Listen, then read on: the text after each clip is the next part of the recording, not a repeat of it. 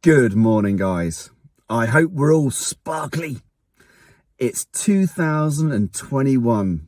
Happy New Year. A time to seize opportunities. Leave 2020 behind us.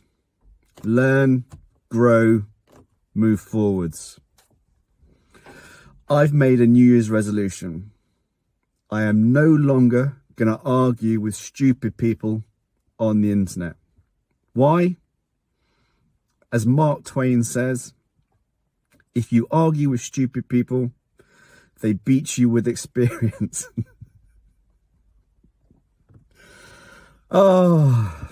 So let's tackle the topic of the hour: estradiol, estrogen, the female sex hormone.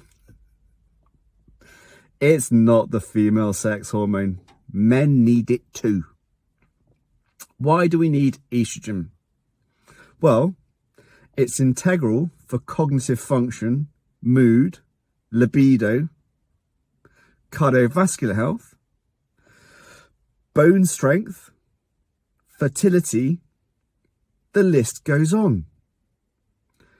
Estrogen is not a female sex hormone.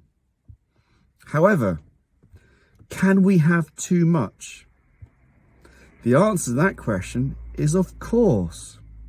Yes, but surely estrogen's a paracrine hormone. It self-regulates. Yes and no. It's located in numerous tissues because it does have a paracrine effect. But it also has an endocrine effect. Now let's go back to basics, because people are clearly forgetting the basics. The HPG axis, the hypopituitary gonadal axis. This is a self-regulating mechanism, a negative feedback mechanism that tells the brain that you have enough testosterone. Now you can use testosterone as testosterone. It gets converted to DHT by 5-alpha reductase, and it gets converted to estradiol by the aromatase enzyme, which, as we've already said, is located in numerous tissues. They all feed back to the brain to tell the brain that you have enough testosterone. So, what's the issue? Well, chunky monkeys, people polluting their livers, they produce an excess amount of estradiol, which feeds back to the brain to tell the brain, trick the brain into thinking that you have enough testosterone. And so it sends a decreased amount of LH down to the testicles to produce testosterone and FSH down to the testicles to produce sperm. It shouldn't happen, but it does happen. Why does it happen?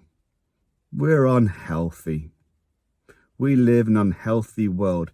Even if you do your best to stay healthy, we are so far removed from nature. Our physical health is compromised, and that causes a psychological problem. Physiology over psychology.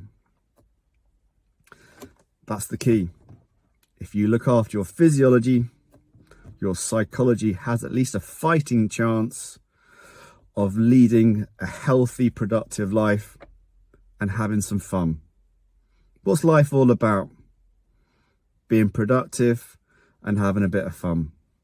It should be a blast, shouldn't it? Make sense? So the HPG axis, it's a negative feedback mechanism. That is an endocrine effect of estrogen, DHT, and testosterone, not a paracrine effect. The effect on the cardiovascular system is also an endocrine effect.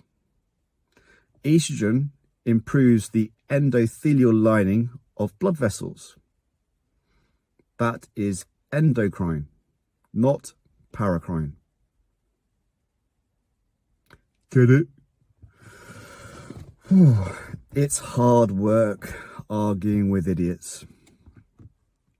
Right. It really is. honestly.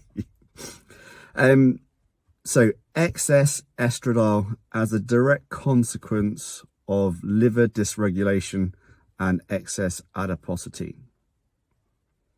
Sort it out. Lose weight. How do you do that? Lifestyle, nutrition, exercise. The body is incredibly complicated.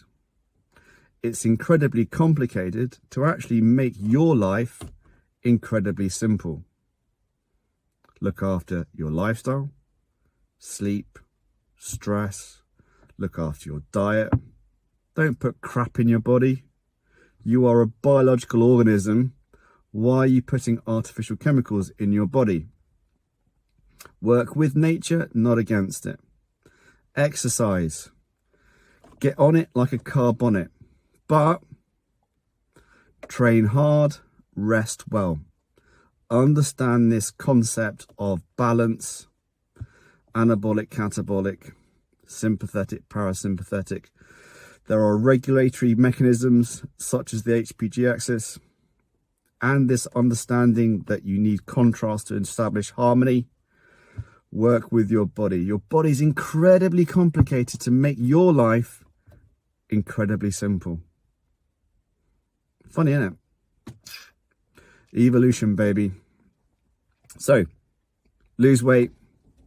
Don't put crap in your body. Simples. So what happens when you have excess estradiol? Well, one of the commonest signs is anxiety, OCD. But that's weird, isn't it? Because obviously I've just said you need estradiol for cognitive function, mood and libido. Balance, baby. It's all about balance. Cardiovascular health. I've already just said it's essential for the endothelial lining of your blood vessels. But too much causes water retention and blood pressure. Boobies. We all love boobies.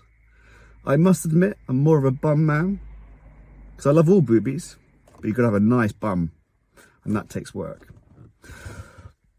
Okay. Oh dear, here we go again. Ruining the video. Boobies.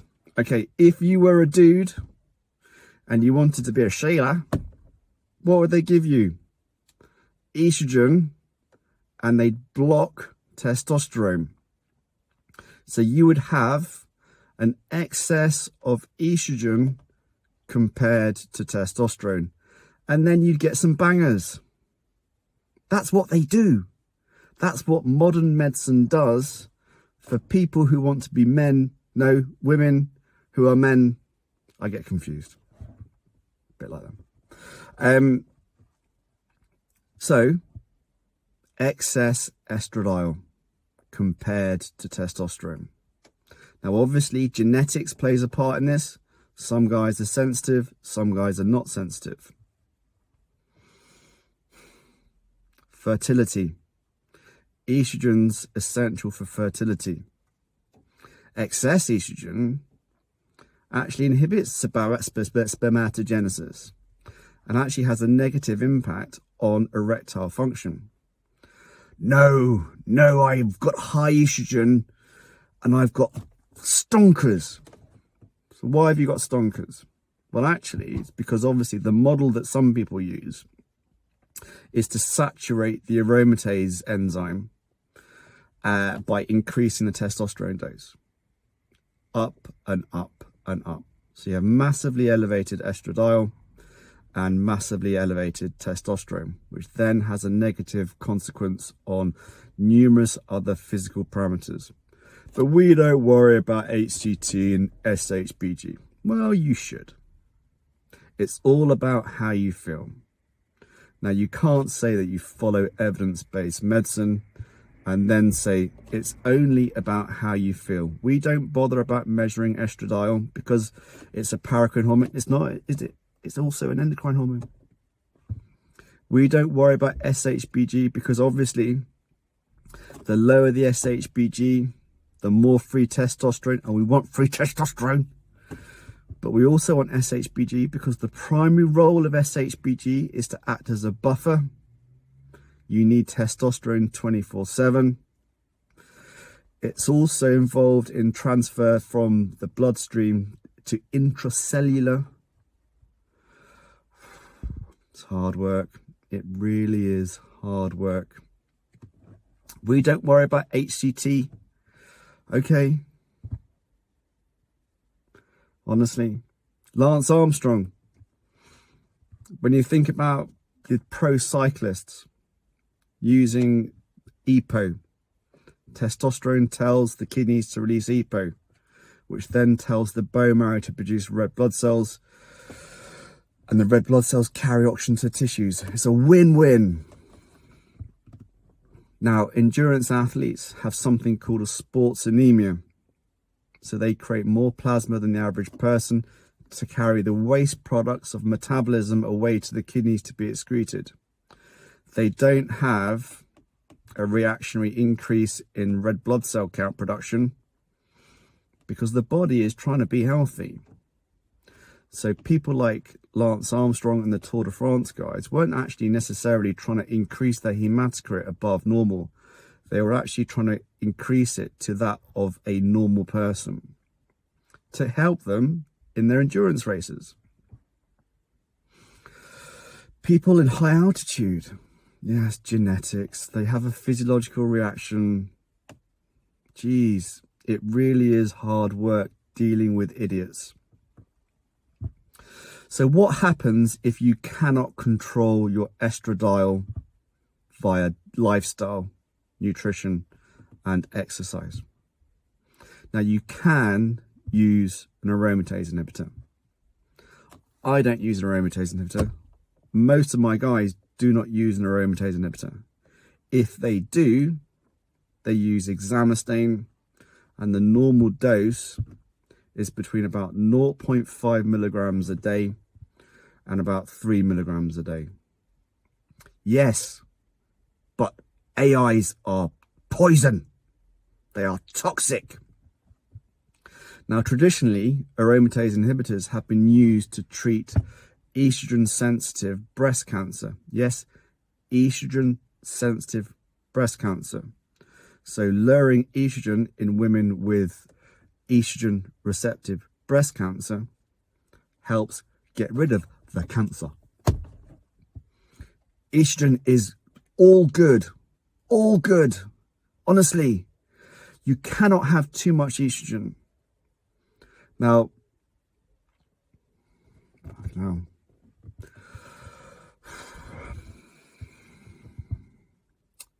Paracelsus, the poison is the dose. Now, when you're talking about populations, females typically have a dose of 25 milligrams of examestane a day. I don't know what dose they use of an estradiol.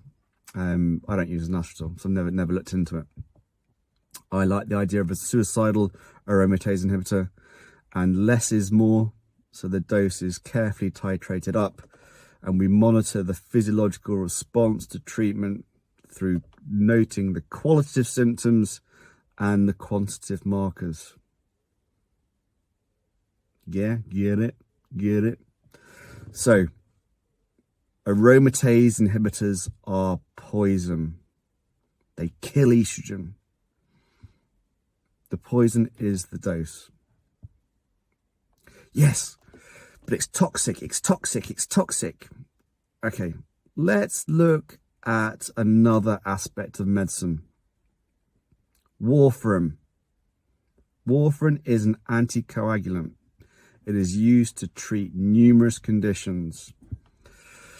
DVTs, pulmonary emboli. It helps prevent clots in people who have had valve replacements. It's been used since the 1950s. Yes, but it's rat poison. Warfarin is rat poison. So we shouldn't use warfarin. It's rat poison. This is the illogical thinking that goes on in some people's minds. Dealing with stupid people, it's incredibly frustrating. People that talk in closed statements and present dogma Again, they will beat you with experience. Absolutely retarded, these people. So, I will end this rant on a New Year's Day by saying peace and love. I will no longer engage in arguments with stupid people. You know who you are. You're not worth my time. So it all comes down to an appreciation of balance within the body. The body is incredibly complicated. The reason why it's incredibly complicated is to make our lives simple.